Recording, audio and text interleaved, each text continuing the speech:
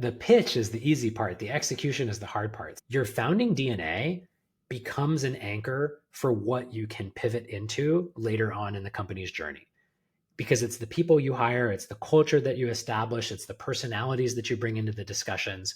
We shouldn't be building features if they're not going to help with engagement or growth at some level or customer satisfaction. But it's not quite that same one-to-one. Hey, Adam, I'm super excited to have you join me for this episode of Coffee with Closers. Pumped to be here. Thanks for having me. Most certainly, man. You have an incredible journey. I was looking over your LinkedIn profile. You've started at some very reputable companies like Palantir, Deloitte, and worked there a very long time. And then now you're on to starting your own company and growing a consulting agency. So can you share with our audience a little bit about your journey of becoming an entrepreneur and how you got to where you are?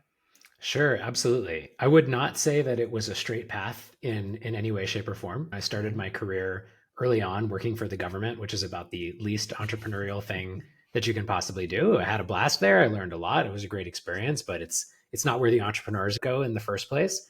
But after I left and joined Palantir, I got the bug for what it's like to build product companies, especially at venture scale, really aiming for the moon, looking for those $100 billion companies that are going to change the world.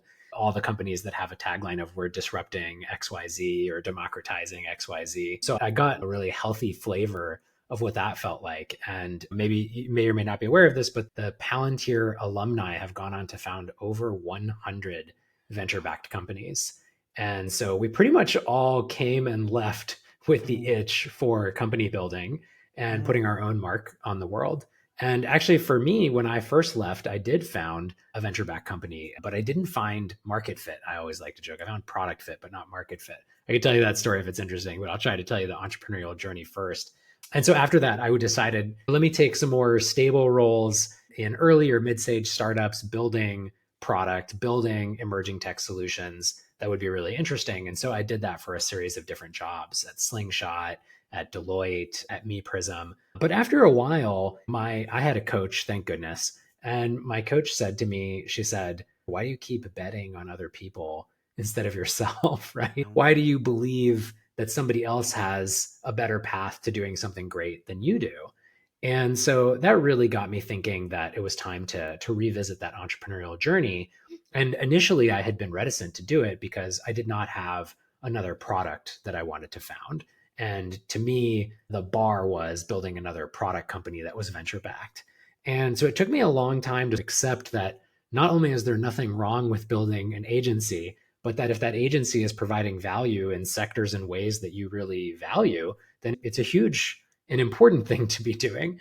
And so what I decided to do was the next best thing that is not starting another product company, which is I started a company that helps product companies build their products. So in other words, we work on the hardest part of building a product, which is figuring out if it's valuable, how you're going to sell it, how you're going to build it, how you're going to grow the team, all of those challenges, even the CEO psychology, anything that comes up in the product building.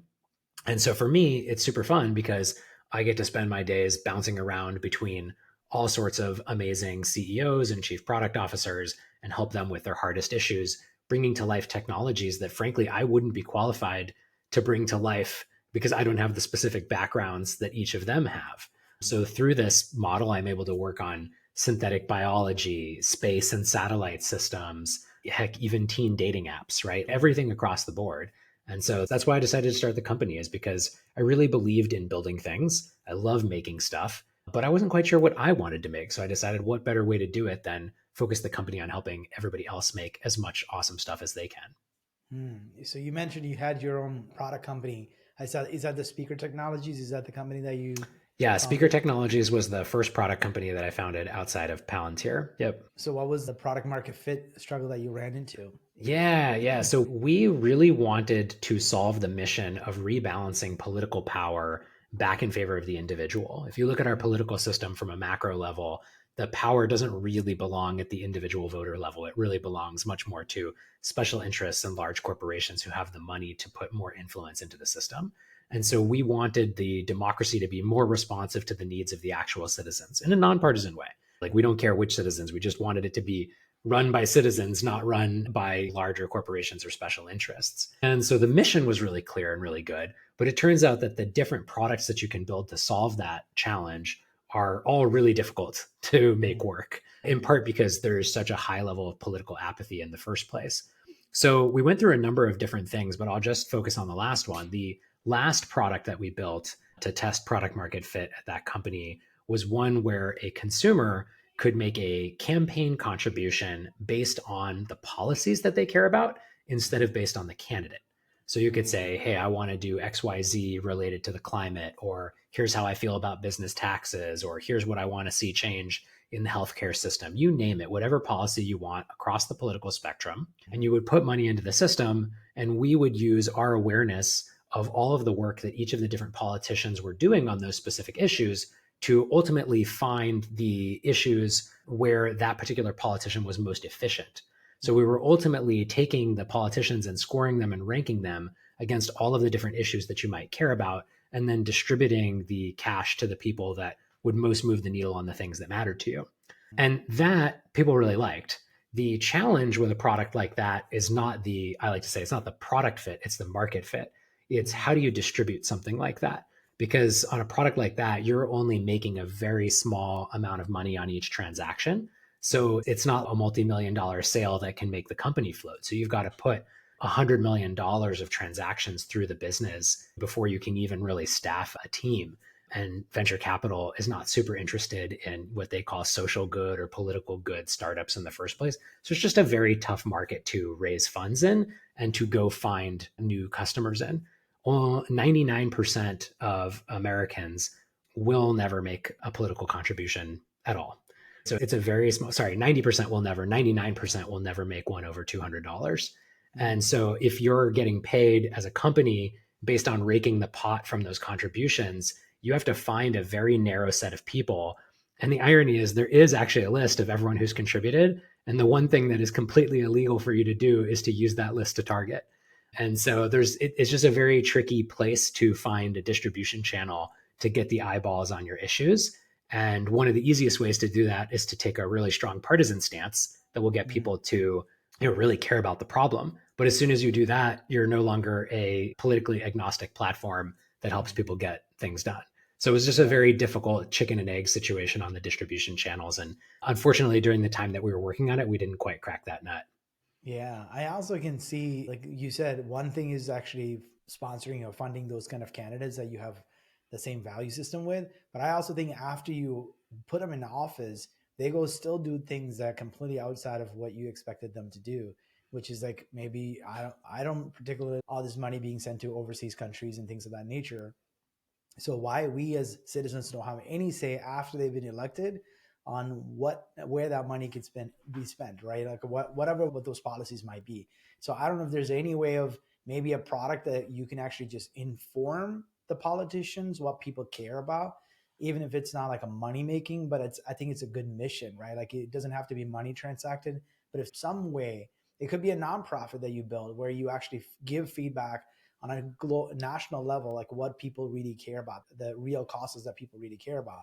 Because some of us may or may not care about some of the things that our government is so happy to go spend billions of dollars on, right? Yeah. How do we get our voices heard on that front? Because we only get to make our voices heard when we vote every 2 years or every 4 years. But after that, our voices don't mean anything because these policymakers are doing their thing after the fact. It's So really tough. We looked at, Mhm. my co-founder and I looked at a lot of different companies that had novel approaches and a lot of different things that different governments around the world were doing. And granted, it's been a long time since we worked on this. If I get some of these facts incorrect, my apologies to your audience, but we remember that there was a big policy debate. I think it was in Brazil where the government basically launched a website that made it really easy for the public to comment. And that was something that we looked at and considered at one point because as a result of the public commenting, they actually ended up making a much better, more informed policy. But it was a very hard to repeat cycle. But there were some interesting examples like that. There are other companies in GovTech that have done interesting things, but they're a little more micro.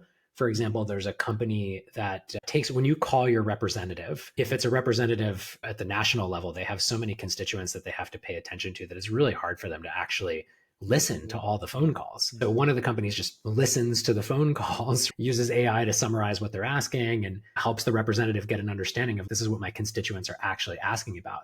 The trouble is that's only the people that were angry enough to make the phone call in the first place. Hmm. So it's difficult because, and I think this is one of the reasons why you probably won't see me founding another company in this Gotcha. particular space. But there is this weird line for individuals between apathy toward the political process and feeling like it should just work out of the box for them, and then a complete unwillingness to pay for anything because they're already paying taxes, right? So they feel like it should already be paid for. And I don't even disagree with any of that psychology, but it makes it really tough to build a business in that particular sector. So I think in a way it was a case of maybe aiming a little bit too high in terms of what we expected from people and their innate ability to want to invest time into changing the political process. Everybody wants it changed. The number of people who actually put time into doing that is extraordinarily small. I know. I certainly agree with you on that. So obviously you've gone through the experience, right? You've worked with major companies, what went venture backed, multi-billion dollar success stories, and then you had your own story of how you tried it and had some failures. How do you think that has prepared you to be a better consultant in helping other organizations that are looking to start a product? Yeah, I think if I had left Palantir and Speaker Technologies had just worked perfectly out of the gate, and then I built a company like this, I would probably be telling people a lot of good principles about things that work, but I would have no idea what the anti patterns for good behavior in startups look like. And I Mm, think I can summarize it. I wrote a blog post on this a couple months back. I'll summarize it here because I think it's valuable for the audience.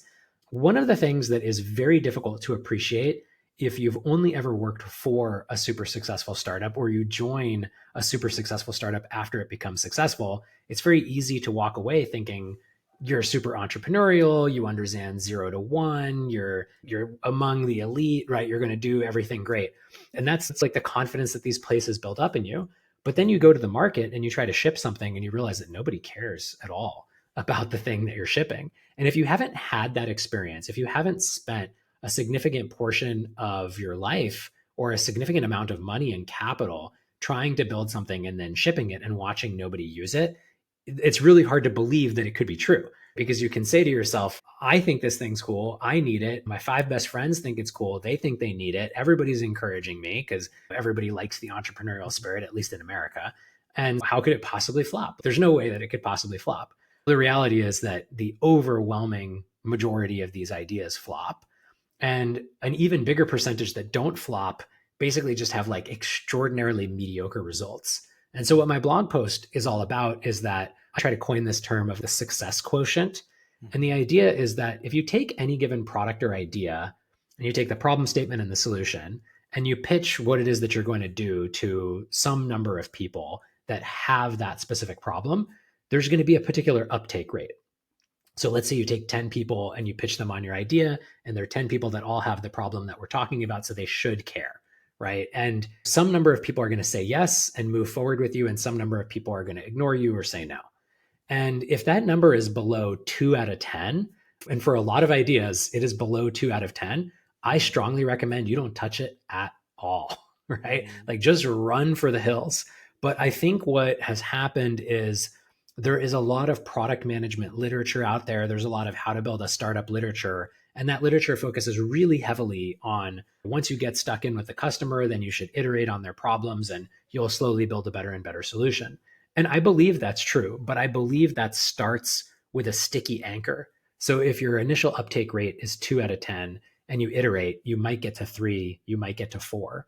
But an idea that starts at a 2 is very unlikely, other than given 3, 4, 5 years of iteration, to go from a 3 to a 9.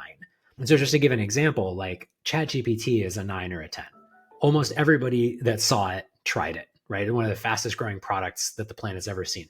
Facebook was a 9 or a 10, right? You don't have to be that size to make a successful business. But if you get a 1 out of 10 or you get a 2 out of 10, which is where most startups end up, then it's just this really difficult road that may or may not actually have the spoils at the end of the road that you'd like. And what I'm able to see, because I work across so many different startups, is that it's not the grit in the beginning that makes the difference. It's the quality of the problem and the quality of the solution that make the difference. I see entrepreneurs, take 4 weeks and have an uptake rate of a 5 or a 6 or a 7 out of 10 wow. with their target audience. Other people spend the exact same amount of time, get a 1 or 2. And what happens is the 1 or 2 people should probably go back to the drawing board. But they don't. Like, they've already pitched people, they've already raised money, they've hired employees. It's all based on this vision. And Mm-hmm. I think that's really unfortunate. And so it's really important to get that signal early on. So I think focusing on what is your success quotient for your particular problem and solution in the very earliest days, because again, I believe it's a very sticky anchor in the market for where you'll start and where you ultimately can finish. Yeah. So obviously, I know your firm's name is First Principles, right? So obviously, there's a reason why you even named it, and there are probably some first principle approaches that you use to come up with the right product idea and then actually how to go to market and promote it and grow it. So, what are some first principles? It seems like product market fit is way bigger of a priority to attack before you go spend any time or resource even building something up, right? So, tell us a little bit about some of the first principles that people should be thinking about when they're building a product. For sure. Yeah. First principles is a term that is near and dear to me. It's something that we talked a lot about at Palantir. Palantir certainly didn't coin the term, but it's something that's been around for a long time. And I think what I've realized is that the difference between amazing products and mediocre ones and terrible ones that nobody adopts is actually in the ability of the founder or the product manager or the chief product officer to read the actual intent of actual people based on what they say, knowing that what they say is not actually a direct one to one for what you should build. Mm-hmm. And part of the way that you can get to that actual truth is by getting down to the first principles. So if you're working with somebody on what's an example? Let's say you're working with somebody on a new product to help fly satellites, for example. It's very easy to have a meeting and talk about a specific feature related to flying the satellite. Hey, how do I maneuver this thing, for example? But you really have to ask them, like, why are you asking this question? And you have to ask them, why does this matter? What are the underlying assumptions that guide your behavior in a day to day fashion when you're doing this job? Why do you have this job? Why is this job interesting to you? What is the purpose of your satellite, right? You have to take this much bigger approach to understanding, and you create a framework in your head as you take many of these different interviews where you understand that strategic context.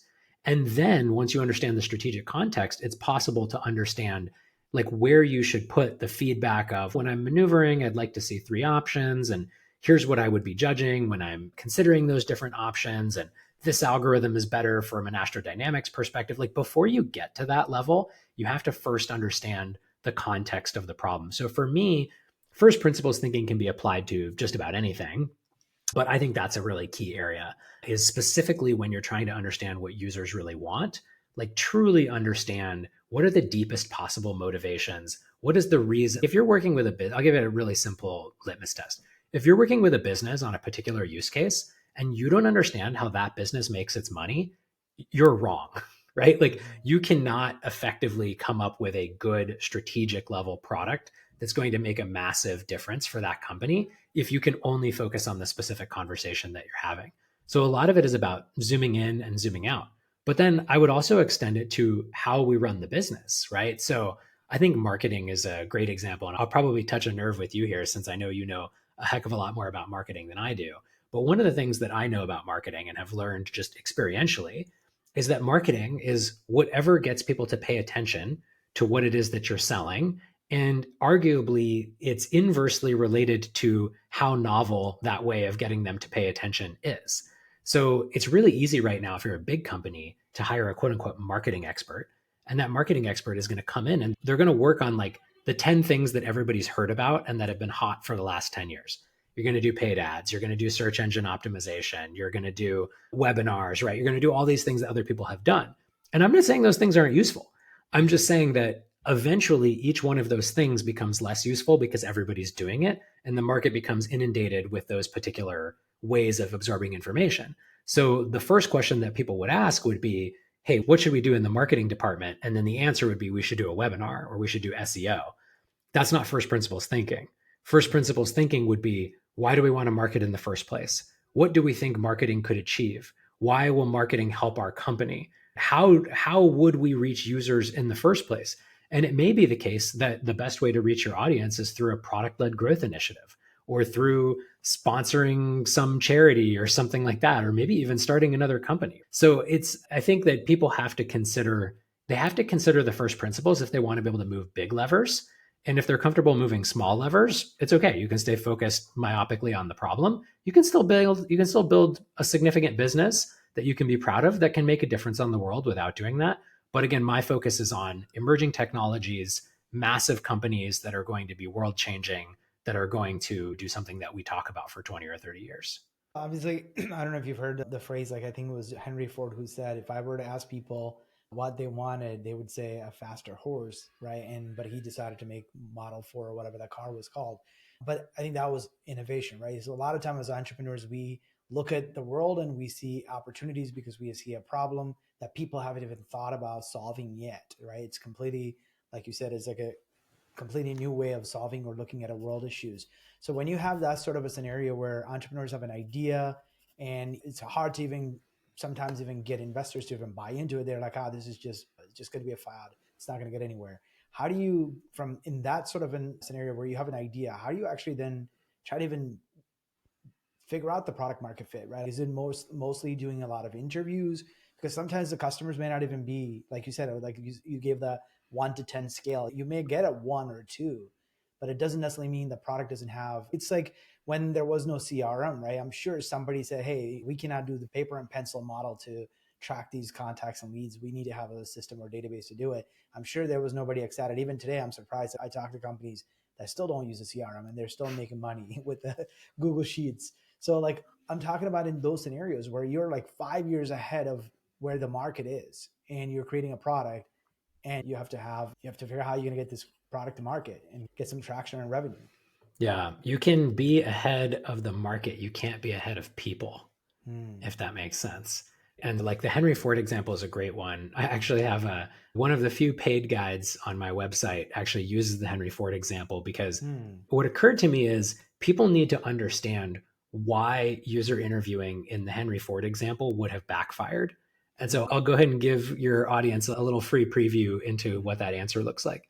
The reason is because, again, if you don't start from first principles and you're like, we're working on horses and we're working on making horses faster, you're going to go and you're going to say, okay, let's find people who currently own horses and use them to get to work. Okay, cool. Let's go talk to those people. Hey, horse person, what's your experience like riding the horse? It's a little bit bumpy. It's pretty exciting. I get to work pretty fast, right? And maybe you figure out that you should make a nicer saddle or somehow try to improve the experience of the ride, or maybe you make a fancy way to feed the horse more quickly so that you can go longer without taking breaks or something like that. It's a pure optimization of the horse, Hmm. right? But if you ask the question, what, like in your day, when are you using the horse? And then Hmm. there's, I'm using the horse to get to work, right? I'm going from my house out here and then I'm getting to work. Okay. And how do you get paid? I'm a blacksmith. And if I make 10 pieces, I make 10 times X. And if I make 20 pieces, I make more than that. I make 20 times X. So then you can confirm, okay, so let's verify here. Like you would work longer. Like on the days when you get there earlier, you stay longer and you would do more work, you'd make more pieces and make more money. And they're like, yeah, okay, yes, I would do that.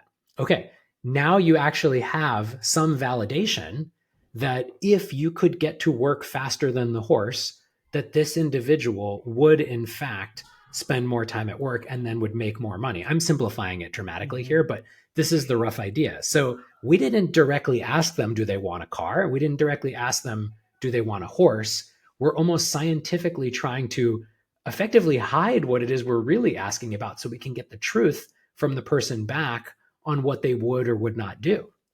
So Hmm. if you find somebody that's tried to take a horse, we've found somebody that's maybe experimenting with the first versions of a bicycle, we found somebody that maybe runs to work sometimes, like you can see that there's evidence that there is a group of people looking to do something better and superior, and there's a motivation for them because in this case they're going to make more money if they get there, it's going to be more comfortable, it's going to be a better all-around experience. Then you have validation not for the car, but for the idea that some other mode of transportation that is more rapid and more comfortable is in fact market viable. And you do that enough times, you can build confidence and you can build conviction. So that's why I say that you can't be ahead of the customer, but you can be ahead of the market. So Hmm. there's got to be an early adopter somewhere that was experimenting with other things besides horses. Otherwise, yeah, it would have flopped. Yeah, I can see this approach also being very useful in a sales conversation too, right? Because you're If you're doing discovery calls, trying to find out where they are right now, where they're trying to go, and you can pretty much align your service offerings to meet that customer's need because you're doing the same thing. The product business model, you're trying to build a product to get the customer from where they are to where they're trying to get to, and you're building a product to help them there. But whereas the service company, you're trying to find out how can I align my service offering to meet that customer's specific need. Oh, Would you for say? sure. I don't Mm-hmm. know. Let's put it this way. I've never been an early employee at a startup working on product where I wasn't extremely involved in sales. And by extremely involved, there was no salesperson, and the person on the calls, to deal with inbound is the product person, at least in the earliest stage of the company. Sometimes it's the founder, sometimes it's the founding product manager. But if you think about it, it's actually really hard to build an effective sales organization before you've established product market fit, because it's hard to share with the sales organization, these are the things people care about. This is who we're selling to, right? And some of the most talented salespeople, whether they admit it or not, they're good product people because they can Mm-hmm. enter at that stage and figure those things out. But I remember when I first left Palantir, I interviewed for a job as the chief product officer and the chief marketing officer of a venture backed startup. And I remember telling them, like, I don't know as much about marketing, but I'm willing to learn it if you guys are willing to take a risk on me. And what I realized is that they're like the knowledge of how that piece of the business works is deeply related to their ability to execute. And so it was just like this funny situation where I was probably not the best person for that. But I realized in retrospect that I actually had learned all of these different principles. And when I talked to the salespeople at the organization, they said, okay, so like you'll build us product marketing decks that we can use with customers. And I remember thinking, like, why wouldn't you want to build that yourself? Coming out of Palantir, a culture that had no salespeople or marketing Mm-hmm. people at all. I was like, why wouldn't you build that yourself? Like, why do you need the product team to build it? And now that I have some perspective since then, I understand that a lot of really talented salespeople are not going to spend their time on that because they're really good at closing deals, or they're really good at prospecting, or they're really good at these other parts of the process that have nothing to do with deeply understanding what the core use cases were in the first place. And so I think I'm a huge believer that really great salespeople, really great marketing people, and really great product people have a huge Venn diagram of overlap between their Mm-hmm. skills. Yeah, that's some interesting ideas there.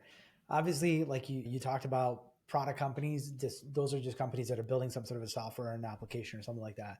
But service companies can also leverage product to increase their company value or scale, or even increase their efficiency in how they deliver services. You've done something very similar at Deloitte, where you built a product arm for the Deloitte company, right? So give us an idea, like why should service organizations think about having some sort of a product arm to their business offering? Yeah, the pitch is the easy part. The execution is the hard part. So I don't Mm, know.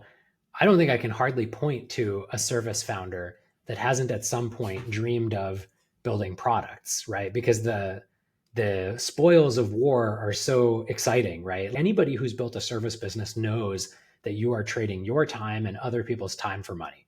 And it's exhausting, right? Like mm. you have to trade a lot of time and a lot of other people's time in order to get a certain amount of money, which is usually a lot lower margin than products. And so there's this allure of, I'll build this product. And I remember people at Deloitte used to say the following, and I always thought it was funny that they like explained it in this much detail. They were like, then once we deploy the product, we can be making money while we sleep. And coming from a product background, I always chuckled because I was like, obviously the goal is to make something that makes money when you're not currently involved. But they were very explicit about it. It was like, okay, we're building something so that we can make money while we're asleep. And I was like, okay, cool. You're not wrong. So I support that. But so that's the easy sell. The easy sell is like, why should you do this? What I think is the hard sell is your organization actually a services organization that is ready to consider products in the first place? Because products require a completely different setup, a completely different style of employees, and at least 50% of the philosophies and principles and guiding heuristics that will help you to build a successful product company are the opposite of the ones that will help you build a services company. Let me give a really easy example that everybody can relate to. In a services company, what is the answer to, hey, I don't see this in your list of offerings, but can you guys do this? Right? And then they list something. Well, in a service company, the answer is yes, of course we can. Absolutely, we can do that. We'll take care of it. We'll have an expert that works on that by Monday. You'll have your deliverable in 2 weeks. It'll be great, right? In a product company, that is exactly the wrong thing to do. If you do that, your product vision will become bastardized. Your product itself will become a multi-headed hydra that nobody can recognize, nobody can use, doesn't actually solve anyone's problem anymore because it solves too many people's problems. So it's an anti-pattern, right? So learning what those anti-patterns are is going to take a lot of cultural energy. So the first thing I say to companies that are interested in this is, do you think your company is actually set up for it? And then I'll explain to them what some of those implications are. We've already talked about staffing as an implication, but I'll say that I think the biggest one is really the profitability of the company. So if you have a very low margin service business, I would almost say that one thing by itself should take you out of the game to build products. And the reason is because you are going to have to pay people for many months, maybe a couple of years without revenue or with very low revenue or with an amount of revenue that does not yet make up your costs in order to build products, which is why venture funding is so prevalent in product companies. It is so rare to find a really successful bootstrapped product company. It happens all the time, but if you look at it by volume, it's a tiny fraction of the total number of companies that have been successful. And this is because you need a lot of capital. So if you're running a 5, 10, 15% margin services business, and then you want to take 5 people out of customer engagements in order to work on a new product, let me tell you exactly what's going to happen because I've been through it. For the first few months, everyone's going to be really excited. And then on like month 6, someone's going to say, I have a new engagement over here where we could use all 5 of these people profitably. And the CEO or some business manager who runs that division is going to say, yeah, this is actually hurting my P&L. And so this isn't really working and it hasn't produced any revenue yet. And then the poor person working on product is going to say, no, you have to trust the process. Like this is going to take a little while. So that's why I say the first thing is money. So if you have if you have $15,000 to dedicate to this, don't even bother, right? But if you have a high margin services business, take like a McKinsey, for example, where the margins are really good and you want to invest in product and you can actually carve off millions of dollars at a time, you're going to have a much better run at it. And I'm not saying it takes millions of dollars to build an MVP. It certainly doesn't take that. But if you want to build something of high quality that people are going to really use, that you can actually get people who are used to services to believe will last, it's going to take at least millions of dollars. And because of the slowness and anti-patterns of building inside a services company, it'll probably take you 2 or 3x what it would take somebody on the outside to do it because your own bureaucracy is going to get in the way of it. And this is really hard for anybody to believe. It's really hard, especially for the CEOs to believe, because they built the company. They know they created it from their vision. They feel like they can create anything. And what people forget, and this is true of product companies as well, I'm not just picking on services companies here. Your founding DNA becomes an anchor for what you can pivot into later on in the company's journey. Because it's the people you hire, it's the culture that you establish, it's the personalities that you bring into the discussions. Imagine trying to pitch a new feature idea inside of Uber or Airbnb or Instagram and compare that to trying to pitch a new feature idea in a company that's never built product before. And you're going to get weird questions in the services. It'll be like in a services model, someone might ask you like, what's the revenue going to be for this feature? Like just this one feature, right? Or fixing this bug, right? You get like these weird ROI questions that they're important. They're not like totally incorrect, right? Don't get me wrong. We shouldn't be building features if they're not going to help with engagement or growth at some level or customer satisfaction, but it's not quite that same one-to-one. So that would be the first thing I would say to people is, do you really have the budget for this? Are you really willing to part with millions of dollars a year in order to incubate something really cool? And if you are, let's have that conversation. And then the second conversation would be, are you willing to firewall it off from the culture that you have around it that is most likely going to sabotage it in most ways and only uplift it in a few key ways? Yeah, I can personally attest to so many of those things that you're talking about. So we as a marketing agency at 1IMS tried to build a product which was called ClickX. It's still, the business is around, but we pivoted 5 times before we really figured out how to make money with it. And it ended up being more of a tech-enabled service arm of our company that just spun off as a separate entity, as opposed to just truly being a software company, because we couldn't make the unit economics work, because we tried to hire salespeople. The average ticket was $200 a month. The finances didn't make in terms of how to fund this marketing engine and a machine that to drive revenue. And then also just the development cost of having resources sitting there to build and program. And then you also mentioned something about, you've talked about whatever the multi-headed animal you mentioned, but we also ended up with the feature bloating because we were adding features to just please the people, because there were people asking, can you do this? Can you do that? And then we're like, yeah, sure, we can do it. And then just kept on adding a lot of features that ended up becoming very bloated. So everything that you've talked about, I think you're a service company, right? Your tendency to say yes to anything, anytime somebody actually show you money and say, can you do it? You just say yes to that. And you take that same mentality to a product business. You start adding features that you're later on regret because you realize that was a very wrong path to go. I Mhm. couldn't agree with you more, because I think those were just real life experience that we actually went through trying to build a product ourselves. It's tough, right? It's Yeah. not the easiest thing. And I think that almost the smarter you are, the harder it is because it seems to defy gravity, Mm-hmm. right? People should want this thing because we've researched that people should want this thing, and I want this thing, and a few people that I've talked to should want this thing.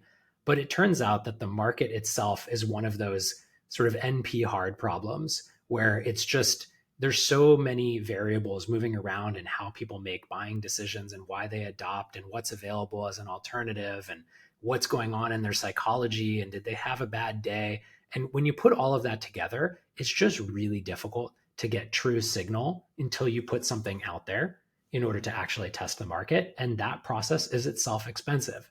And it can Mm-hmm. be a lot cheaper by using thoughtful discovery techniques, for example, testing with designs before you test with the actual product, right? Really good user interviews, all the things we've already talked about. You can de-risk it a little bit, but you Mm-hmm. still have to try to put it out there. And if you don't try to put it out there, a lot of people fall into one of the most predictable traps for founders, which is building for years on end without exposing their baby to anybody to see. And Mm-hmm. I will be the first to identify with it. I felt the same way when I was building speaker technologies. And it probably took me 3 or 4 months before I fully accepted, okay, like it doesn't matter how alpha this thing feels. If I don't start trying to show this to people and trying to get them to use it, I'm not going to really understand what's going on. And when I Mm-hmm. started doing that, actually led to our first major pivot, which got us a heck of a lot closer to the final pivot, which is the one that actually did start generating revenue, just not enough of it, right? Yeah. I think a lot of those things that you're describing, like, I think we all have it's the, like you said, I think it's the allure of starting a product company, right? Service companies, we just feel like, oh, it's the most profitable way to do it. And I'm not trading my hours for dollars. All of those thoughts actually get you to want to do it. And we were, on the other hand, we didn't even want to take any money from anybody because we wanted to self fund it. And we were able to do it. But in terms of turning it into truly a product only business, we couldn't do it because the price that we wanted to charge wasn't sufficient to run a product company, and we didn't see the need to increase the price, so we ended up having to add on bolt on services to actually make money as opposed to just I making will money on the say product. that I forget what the name was, but Deloitte actually had a whole term for that kind of a sale Mm, where the company, I think they were calling them accelerators at the mm, time. I may be getting my terminology off. It's been a few years now, but the idea was that if you use technology to build something that can help you deliver the services faster, you mm, can actually deliver more services or charge more money for those services. mm, That's super real, right? mm, Like I see service companies do that successfully all day long, right? Oh, we have a framework for X so that we can start faster on this, or we built special tooling that does Y. So when we do the engagement, we'll be able to do it far better. But mm, those things aren't products. And I mm, think that's where people fall down. There's nothing wrong with having, if you're a services business, there's nothing wrong with having accelerators in your portfolio. And heck, I would highly recommend it. I won't mm, name the company, but I have a friend who has a company where they did build an amazing accelerator and they had an exit that was probably 3 or 4x higher what most service firms would get as an exit because they had this mm. technology, but they didn't sell it to anybody. They just used it internally to deliver the engagements. And there's nothing wrong with that. It's just a different skill set. That's all. Yeah, awesome. Adam, I can sit here and talk for hours. I think it's been a very interesting conversation. Thank you so much for sharing some of your life experience and also some of your expertise. Where can people learn more about you and your organization? Yeah, sure. A couple of different places they can find me. I'm on LinkedIn posting pretty regularly, Adam Judelson. I also have a newsletter and a podcast, emergentproduct.com, where we talk about the lessons that we learn. Everything that we write about or talk about is something that somebody has asked that is a real question from a real founder struggling with a real problem. So it's very actionable stuff that will hopefully help people along in the journey. And I'd love to have them come and subscribe there, emergentproduct.com. I am also on X, although not as prominent on X, but I'm there. And I'm working on building that out and getting some more short form stuff there. So you can find me at ajuggles, AJUGGLES on X. So those are the main places: LinkedIn, emergentproduct.com. And of course, if you're interested in product coaching or fractional, www.firstprinciples.la. That's the main business that runs it all. So happy to meet up with you there. Awesome. Adam, thank you so much. Appreciate your time. Thank you. This episode of Coffee with Closers is brought to you by One IMS, a leading digital marketing agency helping businesses win new customers. To request a free marketing ROI audit, please visit oneims.com. If you enjoyed this video, please share it. To make sure you never miss an episode, please subscribe.